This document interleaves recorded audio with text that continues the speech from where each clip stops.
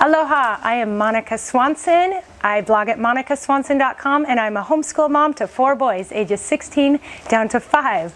I'm talking to you from my front lanai here on the north shore of Oahu, where I live with my husband and boys, and we're a tight family.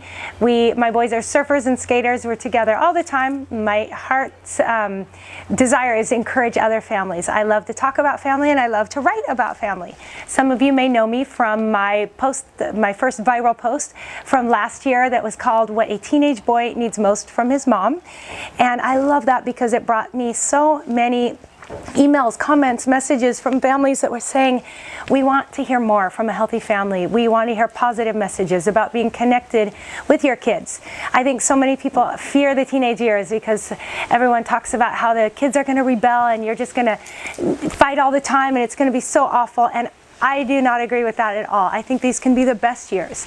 And I encourage families to do the hard work as kids are growing up and keep that connection, and it'll pay off in their teenage years. Because we have 2 teenage boys and 1 almost teen, and they're awesome, and we have a great relationship. So I love to encourage people. And today I'm talking about something super passionate about, and that is kids and teens and pornography. And I want to encourage you in a few ways that you can protect your kids from pornography.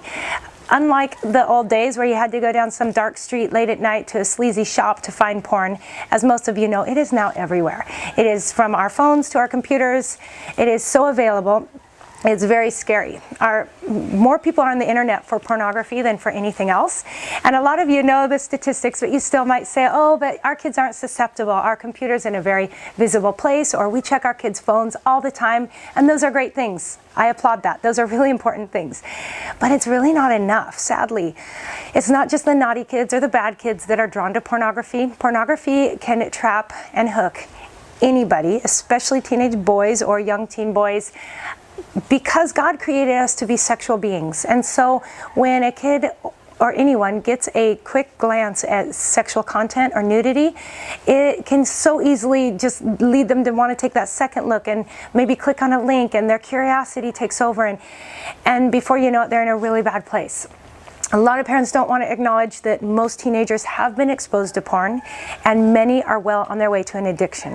Now, that may not be your kids. I hope it's not, but it may be. So I'm here to kind of shake you up in the most loving way, and to just get you to maybe take a few steps, maybe have a few conversations that you haven't had yet, maybe revisit some conversations, because it's one of those things that it's not a one-time talk and it's over. It's a bring it up all the time kind of thing, and my heart's desire is to encourage you and to support you as you do that.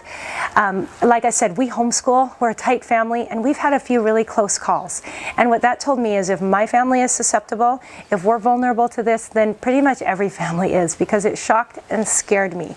So please know that I'm with you in this, and I'm doing the hard work right alongside you.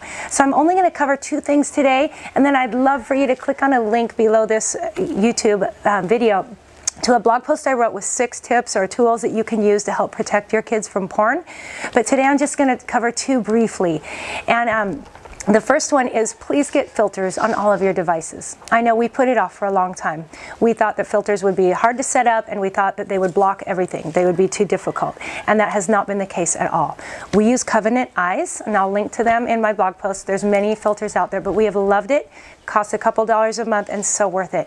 Not only does it not block everything, it's never been a problem at all, but it just blocks what we want it to. It's on all devices, and we get a weekly report for each of our devices, so we know everything that's been searched for, any sites that have been visited, anything that's an alert or a red flag, and also like what time of day our kids are on the internet. Those things are just really helpful.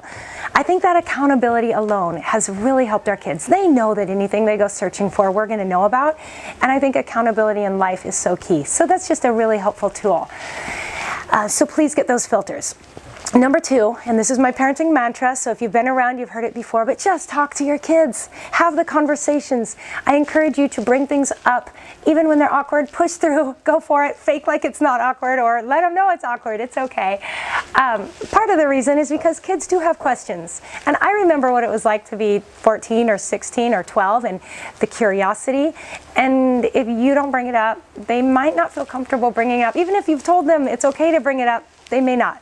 So they could go to a friend, they could go somewhere where they're comfortable asking questions, or they might find an internet to go searching on. And searching on Google might sound simple enough, but that can lead to more and more, and pretty soon they find themselves in a place they did not even intend to go. So really bring those things up. One thing I do is I just present things to my kids like, you might be wondering, and then I present the question that they probably already have, because I remember my old questions. And that just makes it a really safe place, a really comfortable place for them to bring their own questions. So that's one little tip that I have for people, is to just bring those questions up. Second thing you really want to talk about is your social media apps, or any of the apps that you allow. One thing some people don't realize about filters is if you allow an app to be on your computer or devices, your filter will not work within that app. So for example, we use YouTube all the time. We watch surf videos, we watch Dear Kitty videos, inspirational videos, but once inside of YouTube, our filter doesn't block anything. So that's where you need to go within YouTube and set the parental controls or the filters there within YouTube. Same goes for Instagram. I wrote a whole blog post on that, because that's actually, there are no filters. So Instagram is not safe, though we still use it. We found a safer way to use it. Any apps, any social media that kids are using, talk to them about it. Ask them questions. Just stay connected. We can't be experts, I get that, but we can find out what they're doing, and we can have the conversations. And then I encourage you to do some research, ask around, find out what they're using and what you feel about it. And if there's anything, whether it's a friend they're spending time with that you don't think is a great influence, might be exposed to something through that friend, or whether it's an app that you just have a gut feeling is not a good one, be the parent and say no. It's okay to do that. It's not your job to be their best friend. It is your job to protect them and raise them well. So please say no when you need to. They might be mad at you for a little bit. We've said no and had our kids mad, but they've always come back and thanked us later, because they know it's for their own good.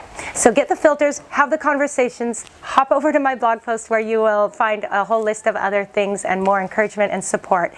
Thank you so much for your time, guys. Please share this video with your friends, and subscribe to this YouTube channel for more. I don't come here too often, but when I do, it's because I'm super passionate about something, and I just want to chat to you kind of face to face. So thank you again for your time. Leave me a message or a comment or a question. Aloha. Have a great day.